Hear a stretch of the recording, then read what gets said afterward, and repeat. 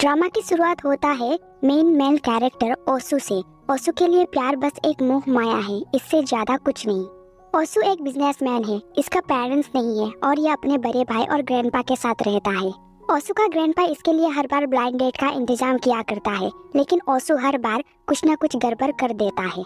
इस बार भी ग्रैंडपा का कॉल आ रहा था, लेकिन ओसू ने पिक नहीं किया क्योंकि कहीं न कहीं ग्रैंडपा फिर से ब्लाइंड डेट के बारे में ही बात करता। फिर सेकंड टाइम इसके बड़े भाई गाना ने कॉल किया। इस बार ओसू ने पिक कर लिया। गाना के पास कुछ बात नहीं था, अमेरिका और जर्मनी से ऑफर आया है, बस यही बताने के लिए उसने कॉल किया था। ओसू को किसी से मिलने जाना था, इसलिए उसने कॉल रख दिया। उसके अंदर लोगों के भावनाओं को देख पाने का शक्ति है, वो हर इंसान के अंदर मौजूद भावनाओं को देख सकता है। दूसरी तरफ ड्रामा का फीमेल कैरेक्टर यूरी जिम कर रही थी। उसकी ऑलरेडी एक बॉयफ्रेंड है जिसका नाम है पार्क मिनहो। यूरी ज्यादा जिम कर रही थी, इसीलिए ट्रेनर ने कहा ज्यादा एक्सरसाइज किया तो बाद में काम करना मुश्किल होगी। लेकिन यूरी के अंदर एक्सरसाइज के बाद भी बहुत ताकत होती है, इसलिए उसने 10 किलो वजन और बढ़ाने कही। तभी मिनहो ने कॉल किया और यूरी को लंच पे मिलने बुलाया। मिनहो ने जो यूरी को हील्स गिफ्ट किया था वो टूट गया था, इसलिए यूरी उसे ठीक करने पहुंची। वो जल्दी में थी, इसलिए उसने ठीक से ठीक तक करने नहीं दी। ओसू जब ऑफिस पहुंचा, उसे गाना मिला। गाना ओसू से मदद मांग रहा था। वो चाहता है ओसू एक लड़की से पीछा छुड़ाने में उसे मदद करे, लेकिन ओसू ने मना कर दिया। तो गाना ने कहा वो ओसू की जगह ब्लाइंड डेट पर जाएगा पूरे 1 हफ्ते के लिए, और वो ग्रैंडपा को इस बारे में पता तक चलने नहीं देगा। वैसे भी ओसू को डेट पे कोई इंटरेस्ट नहीं है, इसलिए वो मान गया। गाना ने जो बॉक्स दिया उसे लेकर ओसू जिसुन से मिलने पहुंचा। उस बॉक्स में जिसुन की दी गई सारी चीजें था। गाना ने बहुत ही ज्यादा जिसुन को झांसा दिया था। इसी बात को लेकर जिसुन ओसू पे चिल्लाने लगी। वहाँ मौजूद लोग देख रहे थे। यूरी भी वही थी। जिसुन ने एक पर्स भी गिफ्ट की थी, वो भी पैसों से भरकर, लेकिन अब वहाँ पैसे नहीं थे। तो जिसुन ने कही जैसे उसने पैसे भरकर दिया था वैसे ही वापस करना चाहिए था। यूरी को गलतफहमी हो गई। उसे लगा ओसू और जिसुन लवर है। तभी उसे मिनहो का कॉल आया और मिनहो ने कहा वो नहीं आ पाएगा क्योंकि वो बिजी है। यूरी थोड़ा नाराज हुई। उसने ये भी बताया कि उसने मिनहो का दी गई हील्स पहनी थी और वो टूट गया। फिर जब वो वॉशरूम गया, उसे जिसुन की रोने की आवाज सुनाई दी। उसे दिलासा देने के चक्कर में वो गलत दरवाजे पे नॉक करने लगी। साथ ही उसने ओसू की बुराई भी कर दी। जिसुन ने उसे वहाँ से जाने कही। जाते वक्त लिफ्ट में ओसू और यूरी साथ थे। साथ में जो छोटी लड़की थी वो ओसू का तारीफ करने लगी। यूरी को तो गलतफहमी हो चुकी है, इसलिए उसने इनडायरेक्टली ओसू की बुराई कर दी, लेकिन ये बात बच्ची को पसंद नहीं आया। यहाँ तक लिफ्ट से निकलते वक्त यूरी ने जानबूझकर ओसू को धक्का भी मारी। फिर ओसू घर पहुंचा। उसने गाना को कॉल किया, लेकिन गाना के तरफ से कोई रेस्पॉन्स नहीं आया। दूसरी तरफ गाना डेट पे था। उसके साथ मौजूद लड़की और वो एक दूसरे के साथ फ्लर्ट कर रहे थे। घर पे ग्रैंडपा ओसू से नाराज था। ओसू ने उसका कॉल पिक नहीं किया। ग्रैंडपा इसी बारे में पूछ रहा था। ओसू ने कहा वो और ब्लाइंड डेट पे नहीं जाएगा। फिर भी ग्रैंडपा ने कहा शनिवार और रविवार को ओसू छुट्टी ले ले और सोमवार को एक डेट है। ग्रैंडपा हर बार ओसू को एक ही जगह पे डेट पे भेजते रहते हैं। वो चाहता है ओसू शादी कर ले, लेकिन ओसू नहीं करना चाहता।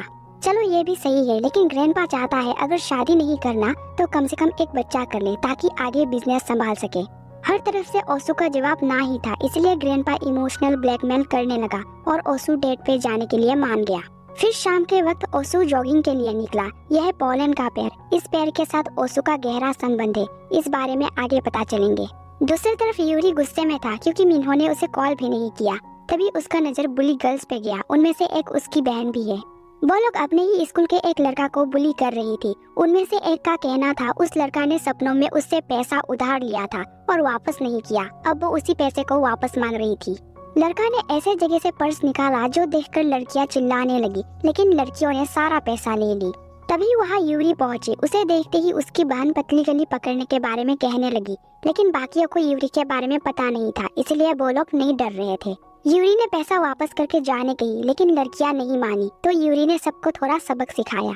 एक जाकर उसी रास्ते से गुजर रहे ओसू को मदद के लिए ले आया। वो लोग उल्टा यूरी पे ही आरोप लगाने लगी। ओसू को सच पता नहीं था।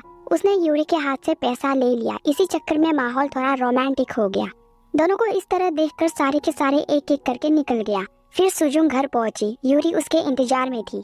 देर रात घर आने के लिए उसने थोड़ा सबक सिखाया और इस महीने की पॉकेट मनी देने से मना कर दी। सुजुंग की रूम बहुत गंदा रहती है, साफ करने कहकर यूरी निकल गई। उस तरफ ग्रैंडपा को डेट के बारे में पता चल चुका था कि ओसू की जगह गाना डेट पर गया था, इसीलिए वो गाना से नाराज था। गाना ने कहा वो भी ग्रैंडपा से नाराज है क्योंकि उस ब्लाइंड डेट पे उसे बहुत मजा आया, लेकिन आज तक ग्रैंडपा ये सिर्फ ओसू के लिए ही करता आया है, उसके लिए तो करता ही नहीं है। ओसू के लिए आज एक आर्टिकल छपा था। गाना ने ये ग्रैंडपा को दिखाया। गाना ओसू को एक स्टार बनाना चाहता है और रोज टीवी पे देखना चाहता है। उसने ग्रैंडपा से सारा बिजनेस भी मांगा, लेकिन ग्रैंडपा नहीं देना चाहता क्योंकि गाना बहुत ही लापरवाह है। फिर ग्रैंडपा ओसू के पास पहुंचा। वो चाहता है ओसू आज कैफे खोले क्योंकि उसे डॉक्टर के पास फुल बॉडी चेकअप के लिए जाना है, लेकिन ओसू को एक मीटिंग अटेंड करना था, इसलिए उसने मना कर दिया। लेकिन ग्रैंडपा ठहरा ड्रामेबाज, तो उसने इमोशनली ब्लैकमेल किया और ओसू मान गया। यूरी अपने घर पर ब्रेकफास्ट बना रही थी। उसी का फायदा उठाकर सुजुंग पैसा चोरी करना चाहती थी, लेकिन यूरी को पता चल गया। दोनों के बीच थोड़ा तू में हो गया और सुजुंग ने खाना खाने से मना कर दी। आज के दिन मिन्हो यूरी को शादी के लिए प्रपोज करने वाला था। 1 साल पहले आज के दिन को याद करने के लिए मिन्हो ने फोन पे डेट सेव कर लिया था। फाइनली मिन्हो ने कॉल करके बताया कि वो यूरी की घर के बाहर है, तो यूरी बाहर आकर उससे मिले। यूरी को लगा मिन्हो आज फाइनली शादी के लिए उसे प्रपोज करने वाला है। इसी खुशी में वो सुजुंग को पॉकेट मनी देने के लिए तैयार हो गई। ग्रैंडपा का कैफे यूरी के घर के सामने ही है। कैफे संभालने का जिम्मेदारी आज ओसू का है, तो उसने जाकर कैफे खोला। पहले इस कैफे को उसका बाबा संभाला करता था। उसके बाबा के पास भी लोगों के भावनाओं को देखने का जादुई शक्ति था। उसने एक बॉक्स निकाला जिसके अंदर अलग अलग तरह के पोलन है। दूसरी तरफ यूरी मिन्हो से मिलने तैयार हो रही थी। मिन्हो ने कॉल करके उसे ओसू के कैफे में बुलाया। मिन्हो को देखकर ही ओसू समझ गया कि मिन्हो प्यार में है। मिन्हो ने 1 कप कॉफी और 1 गिलास पानी मांगा। ओसू कॉफी में प्यार वाला पोलन मिलाना चाहता था। यह पोलन प्यार को सच होने में मदद करता है। उस वक्त उसे अपने बाबा के साथ बिताए गए बचपन की एक पल याद आया। उस दिन कैफे में मौजूद हर कोई प्यार में थे। लाल कलर का पोलन प्यार को सच करने में मदद करता है, इसलिए उस दिन उसके बाबा ने कॉफी में लाल कलर का पोलन मिलाया था। इसलिए आज के दिन ओसू ने भी मिन्हो की कॉफी में लाल पोलन मिला दिया। फिर यूरी भी वहाँ पहुँच गई। आधे घंटे में मिन्हो को घर वापस जाना था। यूरी ने जब आज के दिन के बारे में पूछा, पता चला मिन्हो को पता ही नहीं कि आज कौन सा दिन है। फोन चेक करने के बाद मिन्हो को याद आया। वो माफी मांगने लगा, साथ ही कहने लगा कि यूरी के अलावा उसका कोई नहीं है। उसने तारीफ भी किया। फिर कॉफी पीने के बाद पोलन का असर होते ही उसका असली रंग सामने आ गया। उसने ब्रेकअप की बात कहा, लेकिन ओसू देख पा रहा था कि मिन्हो प्यार में है। दरअसल वो किसी और लड़की के प्यार में है, यूरी की नहीं। पानी पीने के बाद यूरी ने ग्लास को ही तोड़ दिया, जिस वजह से उसका हाथ कट गया। माफी मांगने के बाद मिन्हो निकल गया। यूरी जानना चाहती थी आखिर मिन्हो ब्रेकअप क्यों करना चाहता है। मिन्हो शादी करने वाला है, इसलिए वो ब्रेकअप कर रहा था। साथ ही उसने बताया वो यूरी से प्यार नहीं करता। फिर वो चला गया। दूसरी तरफ वो लड़का मास्टर जिनवू से बुली लड़कियों की शिकायत कर रहा था। उसने यूरी की बहन को स्कूल से निकाल देने कहा। वो पहले भी शिकायत कर चुका है। जिनवू ड्रामा का सेकंड मेन लीड है। जिनवू और यूरी बचपन में दोस्त हुआ करते थे, लेकिन अब जिनवू को यूरी के बारे में कुछ नहीं पता। ढूंढने पर भी उसे यूरी नहीं मिल रहा। वो एक दिन फिर से यूरी से मिलना चाहता है। ब्रेकअप के दुख में यूरी शराब पी रही थी, साथ ही वो मिन्हो को गालियां भी दे रही थी। उसने कुछ ज्यादा ही पी ली। तभी वहाँ ओसू पहुंचा और यूरी उसे बुलाने लगी, लेकिन ओसू ने उसे इग्नोर किया।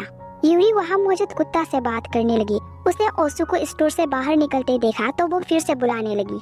ओसू उसके पास जा नहीं रहा था, तो वो सिजुन को लेकर बात कहने लगी। तो ओसू ने जाकर बताया कि सिजुन के साथ उसका ऐसा कुछ नहीं हुआ था। यूरी इतना पी चुकी है, इसे लेकर भी उसने 2-3 लाइनें कहा। यूरी ने बताया उसकी दिल में दर्द हो रही है। ओसू मिन्हो को लेकर बात कह रहा था, तो यूरी उसे भगाने लगी। जब मिन्हो और यूरी उसके कैफे में था, तब ओसू ने देखा था कि यूरी को मिन्हो से प्यार नहीं है, बस उसे मिन्हो का आदत हो गया है। उसने इस बारे में यूरी से कहा भी, लेकिन यूरी उस पे ही भड़कने लगी और जाने गई, तो ओसू चला गया। फिर घर जाते वक्त यूरी ने अपना दूसरा वाला हील भी तोड़ लिया। कैफे में गाना कॉफी पी रहा था। उसने एक पोस्ट भी किया। वैसे भी दिमागी खाता रहता है, इसलिए ओसू ने उसे कैफे साफ करने कहा, लेकिन गाना ने अपने लिए कॉफी में टच पोलन मिलाकर देने कहा। जब कोई टच पोलन मिलाकर पीते हैं तो किसी के साथ भी फिजिकल होने में मजबूर हो जाते हैं। उसने मांगा, इसलिए ओसू ने 1 कप कॉफी में मिलाकर दे दिया। गाना को लगता है आदमी और औरत के बीच हर प्रॉब्लम्स फिजिकल होने से टल सकता है। ऐसा लग रहा था जैसे वो ओसू को ज्ञान दे रहा हो, लेकिन ओसू को उसके बात पे थोड़ा सा भी इंटरेस्ट नहीं था। गाना कॉफी पूरा पीना चाहता था, लेकिन ओसू ने रोका और गाना को भगा दिया।